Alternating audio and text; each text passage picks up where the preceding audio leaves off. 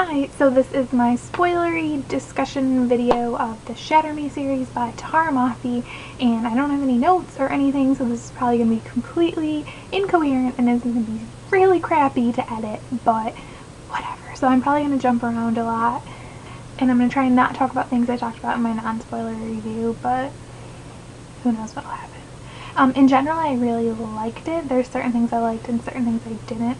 I thought that knowing how everybody felt about Warner and Adam kind of diminished my enjoyment of the books, particularly Shatter Me. I think that might be why I only gave it 3.5 stars, was because this whole book is really her and Adam and their relationship, but because I've heard so much about Warner and all of that, I felt like I couldn't connect with Adam and their relationship, because I was just like, well, why am I going to get invested, because I know it's going nowhere, basically. But yeah, honestly, I don't even really remember that much about Shatter Me. Like, seriously, I don't. Like, what even happened? I don't remember things. I don't. Well, so let's not talk about that. I did love Destroy Me, like everyone else. I thought it was an amazing novella. It was really good. It gave us a real insight into Warner's mind, and I definitely think it's critical to reading the books. Like, you know how novellas aren't always necessary? I think this one is a must read. I don't even think you have to read Fracture Me, but Destroy Me. Destroy Me is a good one. And then Unravel Me, which is my favorite in this series. This is where I was like, yeah, I don't mind that I bought these books. I just thought it was amazing. I loved where the characters went. I loved Kenji, of course. I feel like everyone loves Kenji. He's so funny and amazing, and he doesn't take like anyone's crap, really. Like, I like that he tells Juliet how stupid she's being, and I kind of get the impression he does the same thing to Adam, which is cool. And it was rough to see like Juliet and Adam and their relationship kind of fall apart, but I'm glad it happened, because the whole time, I guess that is one thing I remember from Shatter Me, and it might have been because, like I said before, I knew what was going to happen, but the whole time I was reading it, I was like, but do you just like him because you can touch him, and because, like, he was there for you and you knew him? Like, I know Warner brings that up basically in the last one as well, but, like, that's not a reason to get in a, like, that actually is a perfectly legitimate reason to get into a relationship, but to be like, oh, I'm madly in love with you, we're gonna spend the rest of our lives together.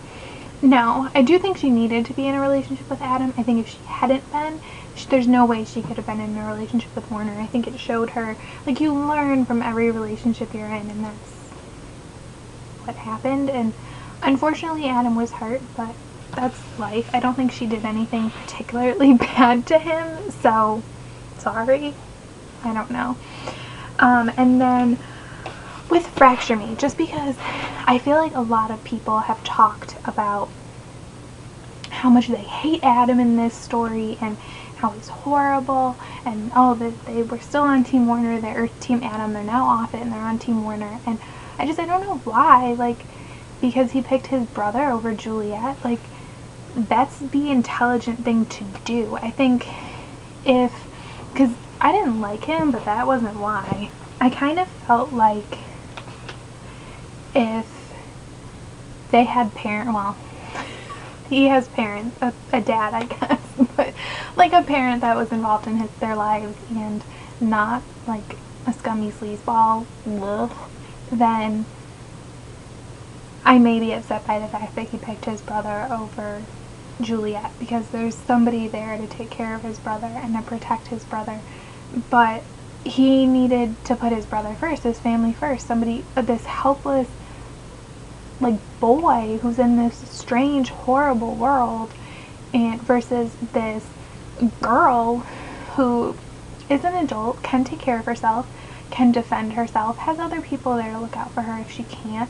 You know, she has Kenji, she has the other people from Omega Point, well, in theory, I guess, I don't know, and she can literally kill somebody if she wanted to with just a touch, so it's not like she has no defense. The decision is to take care of his brother, and that's what I mostly remember from Fracture Me. Like, and in addition to that, she hurt him, and as much as I feel like she was perfectly justified in breaking up with him and everything, he's also allowed to be hurt and be upset about what happens. So he doesn't bother me in that novella. In Ignite Me, however, he does. Oh, when he says that he would rather she be dead still. See, to me, there's no coming back from that. There's certain things that you say in a fight with somebody, and there is no taking it back. And that is one of them. I understand he was hurt. I understand he was upset. But those are strong, strong words. And it wasn't like that was the only thing he did. The whole book, he kept saying things that, like, he knew what was going to hurt her. He kept saying these things about her, like how she was crazy and, you know, all these things about Warner. And I was just like, ooh, why are you saying these things? No, it's horrible. But you claim to love her. Like, ooh, Adam. And then Juliet. I think she really went places. I think she grew a lot throughout the series, and I talked about this in the review that I did, where I call this like a wallpaper dystopian. So the dystopian aspects of the world are really secondary to everything else, or even like tertiary to everything else, I guess. And so it didn't bother me at the end when there wasn't a lot of resolution to the dystopian aspects, because I wasn't expecting it. I am reading these books to see Juliet grow into herself, and for her to have the self-discovery of how strong she is, and both mentally and physically, and then also for the romance aspect between Juliet, Warner, and Adam. And then of course Kenji. Who doesn't like Kenji? So I was really excited to see her growth, and I think she really, really did. Like, she struggled sometimes, especially with her relationship with Warner, but in the end she she realized she learned things from her relationship with Adam, and she applied those things to her relationship with Warner, which is really good. And then she also just learned more about herself and was willing to accept help when she needed it, but also willing to just like be braver and stronger. I really liked that. And then I really liked that there were no cross-outs in this book. There's not even like, so like both Shatter Me and Unravel Me have like the tagline, and they get crossed out. And both of those like kind of seem like she's being empowered by crossing them out, which I guess is sort of true. But this one doesn't even have a cross out in the tagline. It just says fear will learn to fear me, and there's no cross outs in the book, which is super exciting, because to me she's using the cross outs because she's doubting herself, and she lacks confidence. She lacks the confidence to really put what she thinks or she feels out there, and so the lack of that shows how much she has grown in this very visual way for you, the reader.